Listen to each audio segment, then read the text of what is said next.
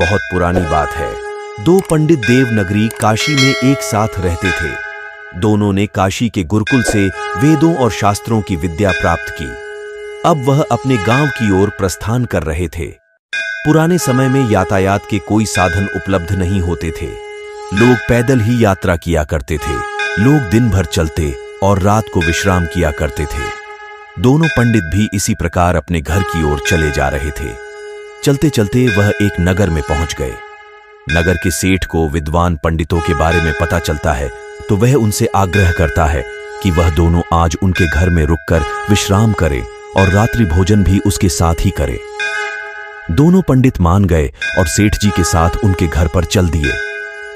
सेठ जी बहुत ज्ञानी और जानकार थे। दोनों पंडित विद्वानों से बातचीत करते समय सेठ जी को उनके व्यवहार में कुछ अच्छा आभास नहीं हुआ, इसलिए वह थोड़ा दुखी हुए और उन्होंने दोनों से अलग अलग बात करने का निश्चय किया।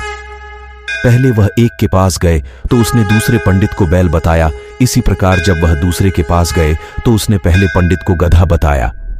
अब सेठ जी सारी समस्या समझ गए। सेठ जी ने अपने सेवकों से भोजन की तैयारी कर दोनों पंडितों को भोजन पर आने को कहलवाया। दोनों पंडित भोजन के लिए आ गए। एक की थाली में भूसा और दूसरे की थाली में चारा परोसा गया।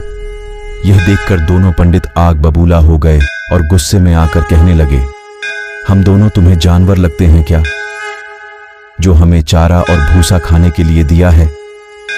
धनी सेठ द्वारा विद्वानों का इतना बड़ा अपमान हमने कभी नहीं देखा।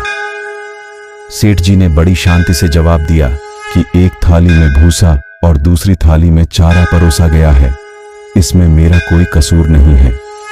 जब मैंने एक से दूसरे के बारे में पूछा तो उसने कहा कि वह बैल है, वहीं दूसरे से पहले के बारे में पूछा तो उसने कहा वह गधा है।